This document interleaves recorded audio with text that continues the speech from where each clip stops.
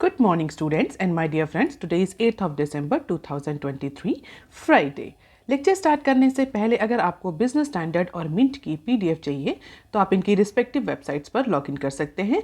इसके अलावा आप मुझे अदर सोशल मीडिया प्लेटफॉर्म्स पर भी ज्वाइन कर सकते हैं। रिकमेंडेड प्ले स्पीड है इस वीडियो की 1.25x। Thought of the day is your biggest risk is not failing, it's getting too comfortable. आज के मिंट पेपर की ये 9 इंपॉर्टेंट न्यूज़ हेडलाइंस हैं, बिजनेस स्टैंडर्ड की 17 इंपॉर्टेंट न्यूज़ हेडलाइंस है और आज के डिस्कशन में हम 13 न्यूज़ आर्टिकल्स कवर करेंगे। तो पहला आर्टिकल स्टार्ट करते हैं जो कि मिंट के पेज नंबर 1 पर दिया हुआ है। India has scored on growth welfare FM। तो इंडियन इकोनॉमी पर ब्रीफ डिस्कशन किया राज्यसभा में हमारे जो फाइनेंस मिनिस्टर हैं उन्होंने, और उस पर्टिकुलर डिस्कशन में उन्होंने कई इंपॉर्टेंट की पॉइंट्स बोले हैं जिसको आज मिंट ने अपने फ्रंट पेज पे कवर किया है। As per our finance minister, Indian economy has been ahead of others or its counterparts in terms of welfare schemes as well as in terms of growth। तो welfare schemes को लेकर के हमारी finance minister ने बोला है कि welfare schemes की जो रीचेबिलिटी है, पहले जो वेलफेयर स्कीम्स के बेनिफिट्स है जिस तरीके से इंडिविजुअल सिटीजन्स तक पहुंचते थे वो बहुत कम होता था उसका इम्पैक्ट, बट अब जो रीचेबिलिटी है वेलफेयर स्कीम्स की दैट हैज़ इंक्रीज्ड। और इसका रीजन है कि जो करंट गवर्नमेंट है that is more working on welfare fronts as well as the economic fronts. और अगर इकोनॉमिक ग्रोथ की बात करें तो इकोनॉमिक ग्रोथ के को देखें तो उसका कंपैरिजन करें अगर इंडिया के काउंटर पार्ट कंट्रीज से, तो इंडिया की performance over the period of time अच्छी रही है in terms of economic as well as welfare fronts. और करंट एडमिनिस्ट्रेशन की बात करें तो जो टॉप प्रायोरिटीज रही that is poor, farmer, women and youth. तो बेसिकली नेक्स्ट इलेक्शन को ध्यान में रखते हुए इस तरह का डिस्कशन, ब्रीफ डिस्कशन जो है वो हमारी फाइनेंस मिनिस्टर ने रखा। इसके अलावा कुछ इंटरनेशनल इश्यूज पर भी इंडिया के साइड से रिजर्वेशन रजिस्टर किया गया। जैसे कि अगर हम बात करें कार्बन टैक्स की, जो यूरोपियन यूनियन ने जो कार्बन टैक्स लगाया है, जो CBA मैकेनिज्म इम्पोज किया है, उसको लेकर के भी जो हमारी फाइनेंस मिनिस्टर है उन्होंने स्ट्रॉन्ग सिग्नल दिया है यूरोपियन यूनियन के पॉलिसी मेकर्स को कि इस तरह के जो कार्बन बॉर्डर एडजस्टमेंट मैकेनिज्म है या जो इस तरह का जो कार्बन बॉर्डर टैक्स है जो कि इंपोर्ट्स पर लगाया जा रहा है, this is against the interest of global south. Global south means जिसमें इंडिया और अफ्रीका जैसे कई सारे डेवलपिंग कंट्रीज आते हैं। जनरली अगर हम वर्ल्ड को देखें तो इसको 2 पार्ट में जनरली डिवाइड किया है, ग्लोबल नॉर्थ और ग्लोबल साउथ। नॉर्थ में बेसिकली वो कंट्रीज आते हैं जो डेवलप हैं, एफ्लुएंट हैं। अगर साउथ की बात करें तो साउथ में बेसिकली डेवलपिंग, इमर्जिंग और लीस्ट डेवलप कंट्रीज आते हैं। तो मोस्ट ऑफ द टाइम जितने भी ये जो इंटरनेशनल, मल्टीनेशनल और ग्लोबल लेवल पे जो भी फोरम्स होते हैं उसमें ये जितने भी डेवलपिंग कंट्रीज हैं they collectively represent themselves as a global south. तो इसी को लेकर के हमारी फाइनेंस मिनिस्टर ने बोला है कि जो CBA मैकेनिज्म है ये सिर्फ इंडिया के ही अगेंस्ट नहीं है, ये इंटायर ग्लोबल साउथ या मीन्स जो डेवलपिंग और इमर्जिंग और लीस्ट डेवलप कंट्रीज हैं उनके अगेंस्ट है। और इस तरह के किसी भी टैक्स को लगाने से पहले develop countries should think twice. अब देख लेते हैं next article, G7 move rattle diamond sector. अगर आप रेगुलर हैं न्यूज़ चैनल में तो आपको पता होगा हमने ये न्यूज़ पहले भी कवर करी थी जहां पर G7 नेशंस जो हैं वो प्लानिंग कर रहे थे कि जो रशियन मेड या रशियन पॉलिश जो डायमंड है उनके इंपोर्ट पर रिस्ट्रिक्शन लगाया जाए। तो बेसिकली जो G7 ग्रुप है, जो G7 कंट्रीज हैं वो रशियन डायमंड्स के इंपोर्ट पर बैन लगाने का प्लान कर रहे थे और हमने ये न्यूज़ कवर भी करी थी। अगर आप रेगुलर हैं इस चैनल में तो आपको पता होगा। और मार्च से ये रिस्ट्रिक्शन या ये इम्पोजिशन लगाने की बात हो रही थी। और क्यों लगाया जा रहा था, क्यों ये G7 कंट्रीज जो हैं वो रशिया पर के डायमंड इंपोर्ट पर बैन लगाने जा रहे हैं? सिंपल, जो कंट्री का इन्वेजन है यूक्रेन पर उसके अगेंस्ट रशिया पर ये एज अ पनिशमेंट इम्पोज किया जा रहा था। और जैसे ही ये न्यूज़ आई थी उससे जो इंडियन डायमंडर्स है यानी जो इंडिया में जो इंडस्ट्री है डायमंड की उसको इम्पैक्ट पड़ना शुरू हो चुका था। उसका ग्राउंड जो है वो भी शेकी होने, मतलब कि रशिया पर अगर बैन लगाया जाएगा इस तरह के किसी भी पॉलिश डायमंड को लेकर के, उसके इंपोर्ट को लेकर के, तो उसका इम्पैक्ट हमें इंडियन डायमंड सेक्टर पर भी देखने को मिलेगा। ऐसा कहा जा रहा है कि इंडिया का जो एक्सपोर्ट है डायमंड का वो सिग्निफिकेंटली इम्पैक्ट करेगा अगर G7 कंट्रीज इस तरह का किसी भी तरह का बैन रशिया के डायमंड इंपोर्ट पर लगाते हैं। अब यहाँ पर कुछ दो तीन पॉइंट है जो समझना जरूरी है। सबसे पहला कि इंडिया का अगर हम डायमंड का बिगेस्ट एक्सपोर्ट मार्केट देखें तो कौन है? US, and US is one of the country of G7 group. तो अप्रोक्सीमेटली 36% इंडिया के टोटल डायमंड एक्सपोर्ट का कॉन्स्टिट्यूट करता है अकेले और अकेले यूएसए। और फाइनेंशियल ईयर 23 में अप्रोक्सीमेटली $22.04 बिलियन का टोटल डायमंड एक्सपोर्ट किया है इंडिया ने, जिसमें से 36% केवल और केवल यूएस में किया है। इसके बाद हांगकांग की बात करें तो 25.16%, Japan 1.18% of India total diamond export worth $260 million. तो जापान, हांगकांग, यूएसए ये इंडिया के मेजर एक्सपोर्ट डेस्टिनेशन कंट्रीज हैं in case of diamond sector. और अगर हम रशिया को देखें तो Russia is world's biggest producer of rough diamond by volumes which 30% share of the market, and the implementation of this will depends heavily on India, which wants to minimize the potential disruption of small diamond firms employing millions of people. तो basically rough diamonds Russia में produce होते हैं, और अगर उनके polishing की बात करें और जो अदर सर्विसेज हैं वो इंडिया में होती हैं। और अगर रशिया पे किसी भी तरह का रिस्ट्रिक्शन लगाया जाएगा तो डेफिनेटली जो इंडिया में जो डायमंड पॉलिशिंग इंडस्ट्री है वो भी सिग्निफिकेंटली इम्पैक्ट करेगी। और ऐसा कहा जा रहा है कि जो G7 नेशंस हैं वो ट्रेसेबिलिटी बेस्ड वेरिफिकेशन भी लगाने जा रहे हैं, जो कि सितंबर से इंप्लीमेंट हो जाएगा। तो US, UK, Canada, France, Germany, Italy, Japan जैसे कंट्रीज जो हैं कलेक्टिवली रशियन डायमंड के इंपोर्ट पर अगर बैन लगाते हैं तो उसका सीधा सीधा इंपैक्ट हमें इंडिया के diamond processing, diamond polishing, cutting जैसी इंडस्ट्री जो डायमंडरीज हैं उन पर, डायमंडर्स हैं उन पर देखने को मिलेगा। और इसी वजह से इंडिया भी बहुत ज़्यादा वरीसम सिचुएशन में है। और अगर हम देखें इंडिया के जो बिग बायर्स हैं India's export of cut and polish diamond by destination, तो इजराइल, बेल्जियम, हांगकांग, यूएस का कितना कितना परसेंटेज शेयर है। ये फाइनेंशियल ईयर 23 का डेटा है, you can just have the glimpse of it. Let us see कि इंडियन गवर्नमेंट इसको लेकर के क्या अप्रोच अडॉप्ट करती है। अब देख लेते हैं short news articles. Out placement firms rack in on job cuts.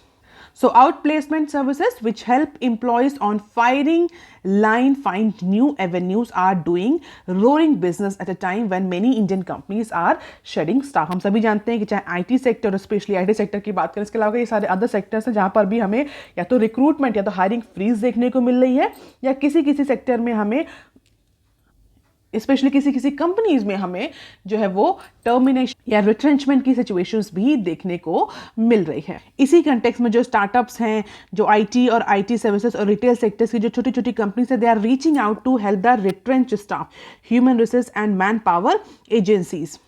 तो जो आउट प्लेसमेंट फर्म्स होती हैं कई तरह के सर्विसेज ऑफर करती हैं, एम्प्लॉय को job cut, salary cut accept करने में भी हेल्प करती हैं। इसके अलावा उनके रिज्यूम सर्विसेज भी उनको प्रोवाइड करती हैं, उनको नई जॉब पाने के लिए भी उनको हेल्प करती हैं। तो आउट प्लेसमेंट सर्विसेज जो हैं वो कई तरह के कोच सर्विसेज जो है वो ऑफर करती हैं कैंडिडेट्स को, जिससे कि उनको नई जॉब मिले या करंट जॉब में जो एक्सेप्टेबल जो कंडीशंस हैं उनको वो एक्सेप्ट कर लें, जो सिचुएशंस हैं उनको एक्सेप्ट कर लें। तो इसीलिए जो स्टार्टअप्स हैं, जो बड़ी बड़ी companies IT services retail sectors के, they are reaching out these out placement firms to help retrenched staff. अब देख लेते हैं next article that is given on page number 4 of Business Standard. यहाँ पर दो आर्टिकल्स हैं, दोनों क्रिटिकल मिनरल ब्लॉक से ही रिलेटेड हैं, यहीं पर हम डिस्कस करेंगे साथ में ही। पहला आर्टिकल देख लेते हैं, big firms weigh bids for critical mineral blocks. पिछले 2-3 एनालिसिस में लगातार हम क्रिटिकल मिनरल के एक्सप्लोरेशन, माइनिंग और उनके एक्सट्रैक्शन के बारे में न्यूज डिस्कस कर रहे हैं, क्योंकि रिसेंटली गवर्नमेंट ने first round of bidding start किया है। आज की न्यूज में क्या है देख लेते हैं। तो ऐसा कहा जाए कि रिसेंटली गवर्नमेंट ने जो क्रिटिकल मिनरल ब्लॉक्स का ऑक्शन स्टार्ट किया है, जो फर्स्ट राउंड ऑफ ऑक्शन है, बोल सकते हैं कि जो मेडन ऑक्शन है, इससे पहले अभी तक इस तरह के मिनरल का कोई ऑक्शन नहीं किया गया था। तो इस ऑक्शन में ऐसा कहा जा रहा है कि इंडिया के जो बड़े बड़े प्लेयर्स हैं वो पार्टिसिपेट कर सकते हैं। बिगेस्ट प्लेयर जो है इंडस्ट्री के, जैसे कि टाटा स्टील, वेदांता, एनएमडीसी, इतनी बड़ी बड़ी कंपनीज जो हैं इस पर्टिकुलर क्रिटिकल मिनरल ब्लॉक के ऑक्शन में पार्टिसिपेट कर सकती हैं। फिलहाल के लिए they are actually evaluating the bids for the blocks, और कंपनीज का मानना है कि अगर उनको ये प्रॉफिटेबल लगती है ये ऑक्शन तो वो बिडिंग के लिए जा सकती हैं। कौन कौन से क्रिटिकल मिनरल ब्लॉक्स हैं हमने डिस्कस कई बार किया, कोबाल्ट, कॉपर, ग्रेफाइट, लिथियम, निकल, सिलिकॉन, स्ट्रोंटियम, टाइटेनियम, कैडमियम जैसे कई सारे अप्रॉक्सीमेटली 30 क्रिटिकल मिनरल ब्लॉक्स हैं जो गवर्नमेंट ने रिसेंटली नोटिफाई भी किए थे। हालांकि जो फर्स्ट राउंड है बिडिंग का उसको सबमिट करने की डेट 22 जनवरी है और इसमें 16 ब्लॉक्स का ऑक्शन जो है वो गवर्नमेंट ने किया है। इसमें 16 ब्लॉक्स के लिए कंपोजिट लाइसेंस प्रोवाइड किया जाएगा। तो फिलहाल के लिए जो बड़ी बड़ी कंपनीज हैं वो बिड को इवैल्यूएट कर रही हैं, उसकी इकोनॉमिक वायबिलिटी, फिजिबिलिटी और अपकमिंग जो उसका पोटेंशियल है उसको एनालाइज किया जा रहा है और कहा जा रहा है कि बड़ी बड़ी कंपनीज हो सकता है इस पर्टिकुलर ऑफर में पार्टिसिपेट कर। This is the first round of bid. ये कंपनीज जो हैं वो ऑफर को कंसीडर कर रही हैं। लास्ट डेट ये है, हम ऑलरेडी डिस्कस कर चुके हैं। अब देख लेते हैं नेक्स्ट क्लिप जो कि क्रिटिकल मिनरल से ही रिलेटेड है और पेज नंबर 4 पर ही दी हुई है। Government drives ASP calibration for critical minerals. तभी रिसेंटली बिडिंग या ऑक्शन की प्रोसेस, मेडन ऑक्शन की प्रोसेस गवर्नमेंट ने स्टार्ट करी है। तो इस प्रोसेस को स्टार्ट करने के बाद, इस ऑक्शन की प्रोसेस, क्रिटिकल मिनरल की ऑक्शन की प्रोसेस को स्टार्ट करने के बाद अब जो मिनिस्ट्री ऑफ माइंस है उसका फोकस प्राइसिंग पर आ गया है कि जो एवरेज सेल प्राइस है, ASP stands for average sale price, वो कितना रखा जाए for these critical and strategic mineral. और इसके लिए मेथडोलॉजी जो है वो डिवाइस करी जा रही है। एक ट्रांसपेरेंट, कैलकुलेटिव, रैशनल और लॉजिकल मेथडोलॉजी जो है वो मिनिस्ट्री ऑफ माइंस डिवाइस करने की कोशिश कर रही है। तो उसका फोकस अब एवरेज प्राइस डिटर्मिनेशन पर है और इसके लिए standardize streamline ASP calculation method जो है वो डिसाइड किया जाएगा। तो इसमें जो बड़े बड़े जो इंपॉर्टेंट क्रिटिकल मिनरल्स हैं जैसे कि टाइटेनियम, गैलियम, टंगस्टन, वैनेडियम, इस तरह के मिनरल्स की भी एएसपी डिसाइड करी जाएगी। लॉजिकल, रैशनल, एप्रोप्रिएट एएसपी या एएसपी मेथोडोलॉजी डिसाइड करने की कोशिश कर रही है मिनिस्ट्री ऑफ माइंस। तो फिलहाल ऑक्शंस के बाद अब फोकस जो है वो एएसपी डिसीजन पर, और इसके लिए कई सारी जो एजेंसीज हैं, इंडियन ब्यूरो ऑफ माइंस, कई सारे जो एक्सपर्ट्स हैं उनको भी इंक्लूड किया जा रहा है। Geographical survey of India, mineral exploration consultancy, इन सब ने अपनी अपनी रिपोर्ट सबमिट करी है कुछ कुछ मिनरल्स को लेकर के। लेट अस सी कि एएसपी कब तक आता है।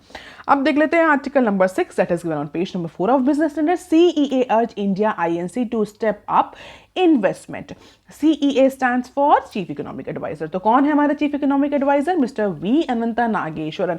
तो मिस्टर वी अनंता नागेश्वरन ने थर्सडे को जो इंडियन इनकॉर्पोरेशंस हैं, जो इंडियन कंपनीज हैं, उनको डायरेक्ट किया है, उनको कॉशन किया है कि आगे आने वाले टाइम में, आगे आने वाले ईयर्स में, डीकेस में जो डिमांड अनसर्टेनिटी है वो कंटिन्यू रहेगी। ऐसा नहीं है कि आप अगर ये एंटिसिपेट करें कि अगर हम आज इन्वेस्टमेंट नहीं करेंगे हम कल इन्वेस्टमेंट करेंगे जब डिमांड सर्टेन होगी, तो ऐसा नहीं है।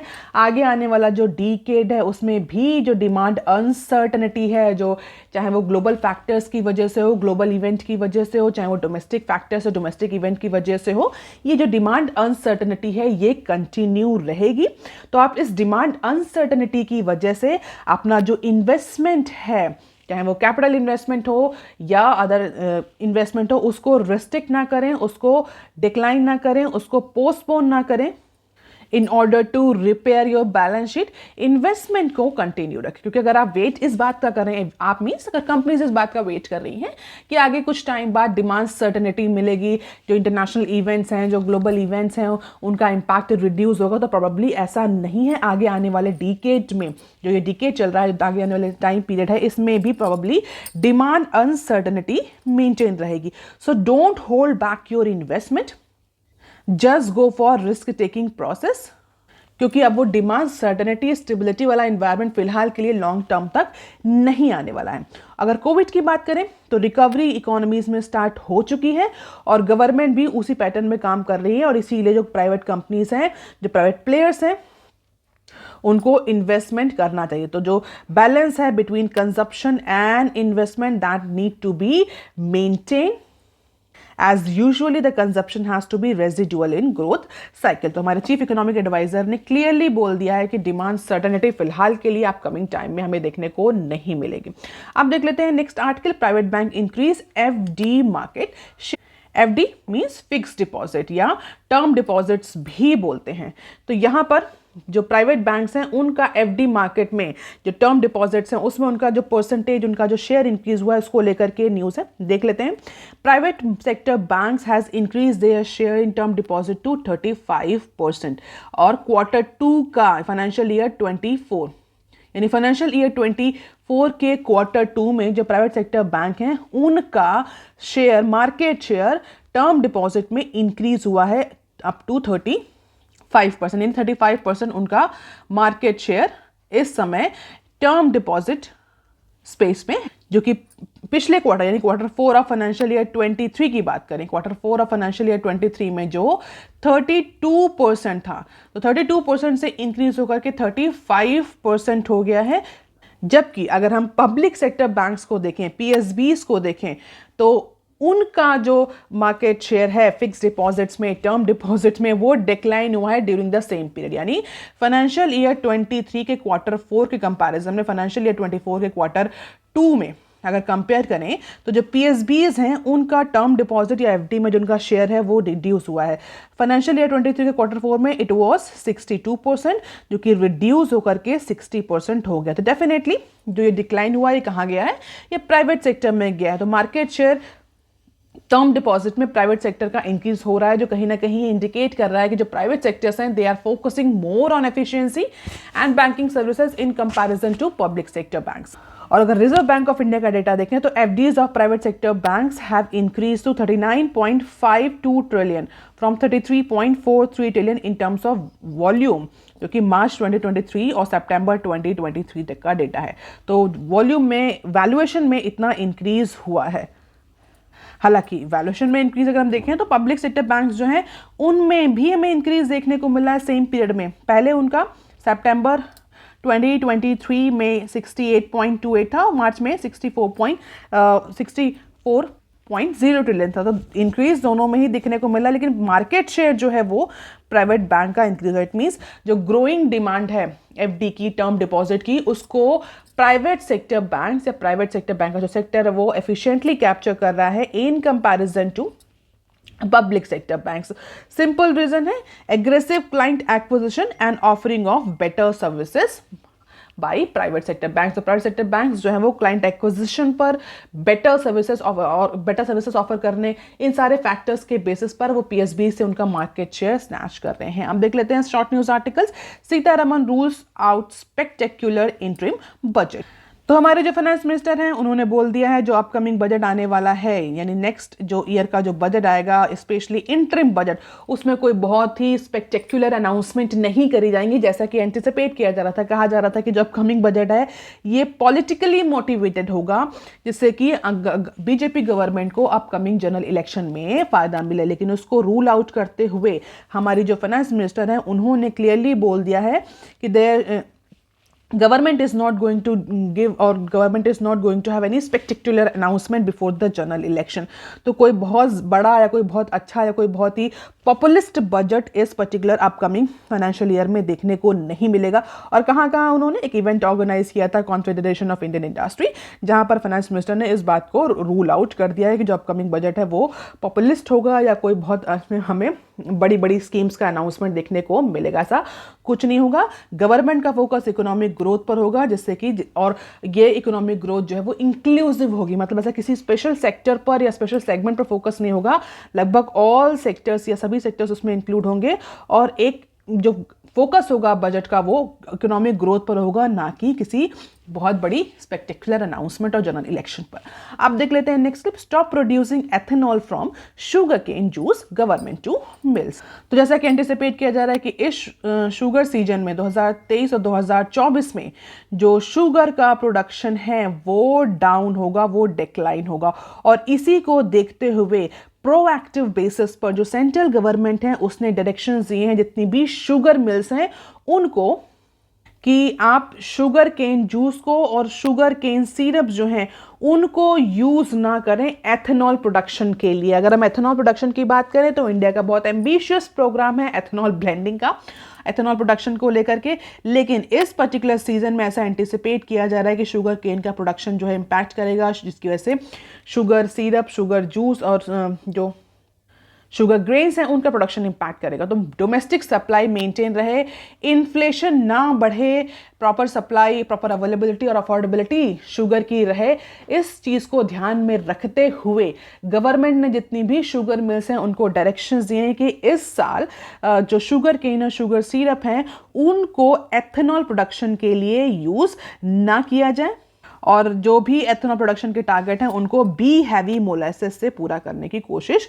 करी जाए। और हम सभी को पता है, अगर हम शुगर सीजन की बात करें, शुगर केन सीजन की बात करें, तो अक्टूबर के मंथ से ये स्टार्ट होता है। तो अगर हम 2023 और 24 शुगर सीजन या शुगर ईयर की बात कर रहे हैं तो ये अक्टूबर से स्टार्ट होगा और लास्ट ईयर सितंबर में खत्म होता। तो फाइनेंशियल ईयर, शुगर ईयर, सब आपको इन सबको लेकर के आपको क्लैरिटी होनी चाहिए। तो कहा जा रहा है कि इस बार शुगर प्रोडक्शन या शुगर केन का प्रोडक्शन अच्छा नहीं होगा, तो इसलिए आप शुगर केन को अवॉइड करें एथेनॉल के लिए, इसको फूड कंजप्शन के लिए ही रहने दें।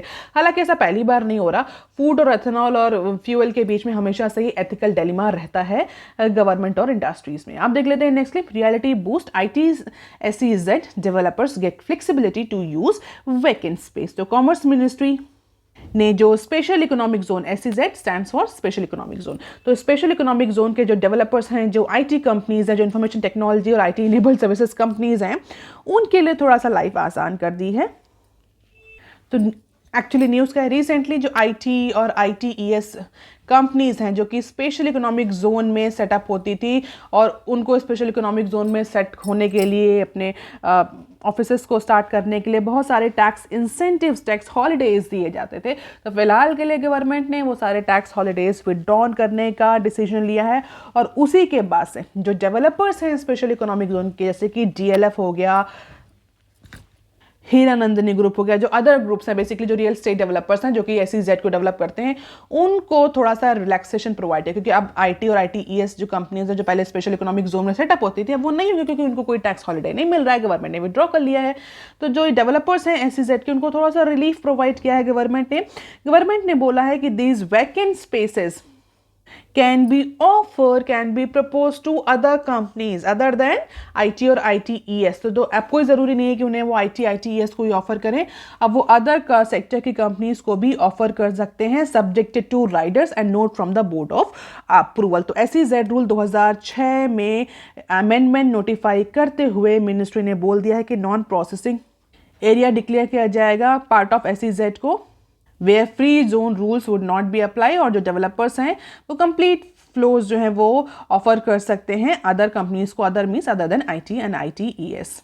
और जैसा कि हम देख सकते हैं, this is the April to August financial year 24 SEZ trade, कितना ट्रेड हुआ मर्केंटाइज में और सर्विस एक्सपोर्ट में, और दोनों में ही डिक्लाइन देखने को मिल रहा है। SEZ स्पेशल इकोनॉमिक जोन होते हैं जहां पर बेसिकली जो इकोनॉमिक रूल्स होते हैं, टैक्सेशन रूल्स होते हैं, वो इंटायर कंट्री के रूल से थोड़ा सा डिफरेंट होते हैं, थोड़ा सा लिबरल होते हैं, थोड़ा सा लीनियंट होते हैं। कंपनीज को tax holidays, tax incentives offer किए जाते हैं कि वो SEZ में सेटअप हो, और बेसिकली SEZ का फोकस है एक्सपोर्ट इंपोर्ट को इंप्रूव करना। तो फिलहाल के लिए गवर्नमेंट ने थोड़ा सा रिलैक्सेशन और फ्लेक्सिबिलिटी प्रोवाइड करी है डेवलपर्स को। अब देख लेते हैं next clip, AWG downgrades India to negative on Go First. वो AWG means aviation working group, that is a global aviation group comprising plane manufacturers, lessors. उसने इंडिया को थर्सडे को इंडिया की जो रेटिंग है उसको डाउनग्रेड कर दिया है to negative from positive, as lessors were not able to repossess their aircraft from Go First. तो गो फर्स्ट के इशू को लेकर के एविएशन वर्किंग ग्रुप ने इंडिया की जो ग्रेडिंग है उसको नेगेटिव कर दिया है। पहले क्या थी, पहले पॉजिटिव थी, उसको रिड्यूस करके नेगेटिव कर दिया है। और रीजन वही दिया कि जिस तरह से गो फर्स्ट के जो लेसर्स हैं उनको प्रॉब्लम हो रही है अपने एयरक्राफ्ट को वापस से रीपोजेस करने में, इसको देखते हुए, गो फर्स्ट की सॉल्वेंसी प्रोसेस की स्पीड को देखते हुए फिलहाल के लिए डिसीजन लिया गया है। तो negative to positive, positive to negative, once again this is the history, you can just have the glimpse of it. हाँ, आप किसी कॉम्पिटेटिव एग्जाम की तैयारी कर रहे हैं तो आपको ये एविएशन वर्किंग ग्रुप AWG के बारे में पता होना चाहिए। अब देख लेते हैं next clip, mobile manufacturing to hit $50 billion in financial year 24 Vaishnaw. अभी रिसेंटली इंडिया ने मोबाइल एक्सपोर्ट में एक माइलस्टोन अचीव किया है, और उसका कहा जा रहा है कि ये जो माइलस्टोन जो हमें सिग्निफिकेंट एक्सपोर्ट अचीव किया है, that is all because of the government measures on PLI scheme. तो अब उसी को लेकर के जो हमारे मिनिस्टर हैं, minister of electronic and information technology mister Ashwini Vaishnaw, उन्होंने बोला है कि इंडिया में जो मोबाइल मैन्युफैक्चरिंग है वो 50 बिलियन वर्थ तक इंक्रीज होगी इन करंट फाइनेंशियल ईयर, और इंडिया का जो टोटल एक्सपोर्ट है from this category will reach up to $15 billion, $15 billion तक का इंडिया एक्सपोर्ट करेगा। क्या एक्सपोर्ट करेगा? मोबाइल एक्सपोर्ट करेगा इस फाइनेंशियल ईयर में। तो इंडिया का जो ओवरऑल एक्सपोर्ट है वो तो 1 ट्रिलियन बहुत जल्दी पहुंचेगा, लेकिन अगर मोबाइल एक्सपोर्ट की बात करें तो वो भी सिग्निफिकेंटली इंक्रीज होगा as per our minister of electronics and information technology. और अगर मोबाइल फोन एक्सपोर्ट की बात करें तो mobile phone export has now become the 4th largest export category from India.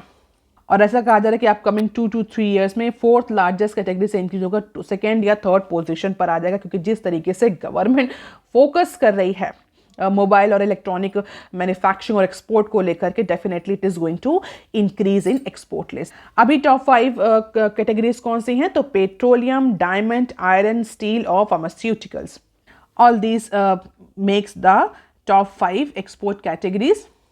और जैसा कि हम सभी जानते हैं अक्टूबर 22 में इंडिया ने 1 बिलियन के स्मार्टफोन एक्सपोर्ट किए हैं because of the PLI scheme. अब देख लेते हैं nextly, proposal in works to buy 100K tons of maize at MSP।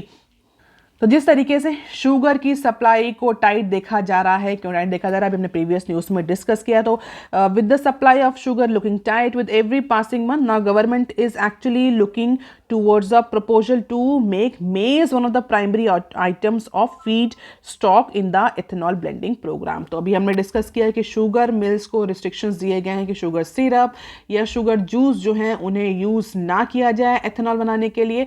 तो अब किसको यूज़ किया जाए? तो डेफिनेटली मेज पर फोकस कर रही है गवर्नमेंट। मेज मीन्स भुट्टा, जिसको हम मकई के नाम से भी जानते हैं। तो MSP यानी मिनिमम सपोर्ट प्राइस पर गवर्नमेंट अप्रॉक्सीमेटली 100K टन्स मेज को प्रोक्योर करने की बात कर रही है।